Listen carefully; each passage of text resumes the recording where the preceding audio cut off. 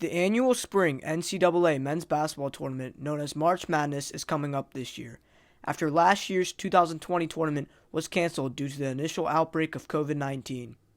MHS staff and students share their predictions on the tournament and how far they think their favorite team will go in the tournament. Pretty happy because last year we didn't get to watch it, obviously. And it was kind of boring over quarantine not having any college basketball to watch. I haven't had it in 2 years, and it's considering how big of a sports fan I am, it's one of my most favorite times of the year. So happy. It was March sadness last year without a tournament. I look forward every year to filling out my bracket, especially as my kids are getting older too. They fill out brackets. But we love all the basketball games on all the time. It's great. I'm definitely glad that there's a tournament happening this year. It'll fill up the next 2 weeks for me. Yeah, can't wait. Love March Madness, and yeah, last year was a bummer, especially since so many teams were hot right beforehand. It kind of really ruined it for especially seniors. I'm happy because it means that they were able to get this season in, which I know was a little tricky with some of the issues, and it certainly felt weird last spring not to have March Madness. I think for me, the best days, I know they've changed the schedule a little bit this year, but the best days are that Thursday and Friday, where once you go home in the afternoon, there's always games on, and then you're just kind of watching multiple games. So without that, that was sort of, part of that very weird spring we had last year. So it's nice to have it back. Due to COVID-19, all games will be held in Indiana this year to help limit the spread of the virus. MHS staff and students share their predictions of how this bubble format will affect the teams. I think it's going to be a lot harder for the higher seeds to upset the lower seeds because there's not going to be as many fans, and they're not going to be at their in the different destinations this year. A little bit more refreshed because there's no travel, which probably make the quality of play in the games a little bit better. I think that hopefully keeping everything self-contained will really limit unpleasant and unfortunate surprises for teams. Well, if you compare it to the NBA, when they were in the bubble, it seems like scoring was way up. That's just speculation at this point, and who knows what's going to happen. I think it's going to make a difference. I think they've done, studies on it that show that if you're within 150 miles of where you play, that gives you a bit of an advantage. Syracuse, yeah. It's always been my squad. Maryland.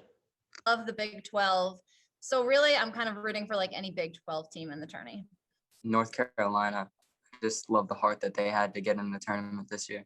The West Virginia Mountaineers, and I'm hopeful. I think we have a really good, talented team and also deep team. I like McNeil and Deuce McBride, and of course Taz Sherman. I think Taz and Deuce can score from anywhere, and I think McNeil is one of the better outside shooters in the game. I hope Mount St. Mary's wins the play-in game, just because I think it's always great, when they get into the tournament. I have to say that I come across some coaching books and been reading about recently the last few years about Gonzaga basketball, and I got to say that I know they're not a sleeper. I know that they're not a Cinderella anymore because they're undefeated, but I really hope that this can be their year, just because they've been so close so often, and I like the way they run their program. I always pick a 12 seed and a 10 seed upset because those happen every year. I think Utah State is really good, and they're an 11 seed, and I have them going to the Sweet 16. I had Oklahoma beating Gonzaga. I have UC Santa Barbara going pretty far. A couple of the ones Oregon's got a good scoring team. They're a 7 seed. So although they're in the West with Gonzaga, but I like them. It's always so trendy to kind of go with the with the 12 pick. If you're going to follow your Frederick County heart, maybe you say Mount St. Mary's is going to upset Michigan, but I just don't think that that's going to happen, unfortunately. I have Gonzaga, Texas Tech, Oklahoma State, and Florida State. And then I have Gonzaga and Texas Tech in the championship. Gonzaga, Alabama, Ohio State, and Illinois. Baylor, Oklahoma State, FSU, and UVA. Illinois, Oklahoma State, Iowa, and then Michigan. I gotta have the West Virginia Mountaineers in the Final Four. I had them with Gonzaga. I think Michigan was in there, and let's see, what's the other? Looking down at my notes here. I think probably Baylor was the one out of the South. I have Gonzaga right now, but it's kind of a risky pick because I haven't lost yet this year, and usually teams will go undefeated through the entire season. One it all is Illinois. They have two real good players, Ayo Desumnu and Kofi Cookburn.